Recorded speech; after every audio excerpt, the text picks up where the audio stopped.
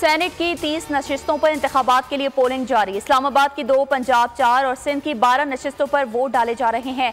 अरकान असम्बली शाम 4 बजे तक वोट कास्ट कर सकेंगे। बलूचिस्तान से तमाम और पंजाब से 7 जनरल नशिस्तों पर उम्मीदवार बिला मुकाबला मुंतखब।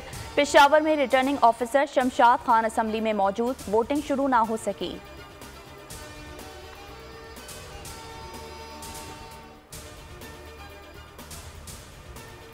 पंजाब में सेनेट इलेक्शन में पीपी का नून लीग की हिमायत का ऐलान। वजीर आला पंजाब की जेर सदारत इजलास, नून लीग, पीपी और काफ लीग अरकान की शिरकत। मरियम नवाज ने कहा, सबकी वजीर आला हूँ, साथ मिलकर चलेंगे। पीपल्स पार्टी का सिंध के सेनेट इलेक्शन में फैसल वावडा को सपोर्ट करने का ऐलान।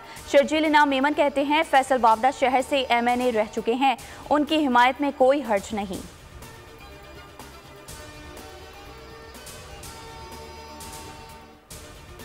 कराची में माह रमजान के दौरान डाकुओं के हाथों 11वां शहरी कत्ल। गुलशन मेहमान में गाड़ी पर फायरिंग, शहरी जाँ बहक। अमजद और अमानुल्लाह बैंक से रकम निकलवाकर निकले अजमेर गार्डन के करीब।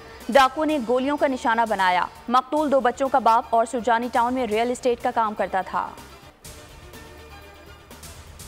कराची समेत मुल्क भर में बिजली फी यूनिट 2 रुपये 75 पैसे महंगी। नेपरा ने बिजली महंगी करने का एलामिया जारी कर दिया। नोटिफिकेशन के मुताबिक बिजली माली साल की दूसरी सहमाही एडजस्टमेंट के मद में महंगी की गई।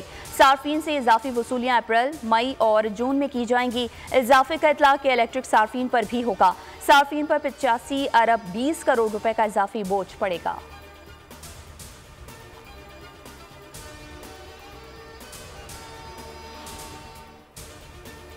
और अमरीकी रियासत कैलिफोर्निया में खालिस्तान के क़याम के लिए रेफरेंडम, वोटिंग का दूसरा मरहला मुकम्मल। मजमूई तौर पर 2 लाख सिखों ने वोट डाला।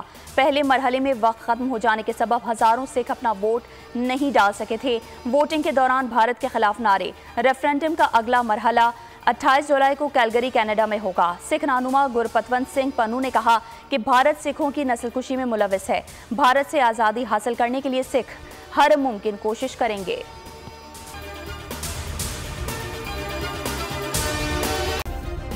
सब्सक्राइब करें और बेल दबाएं ताकि कोई खबर रह न जाए।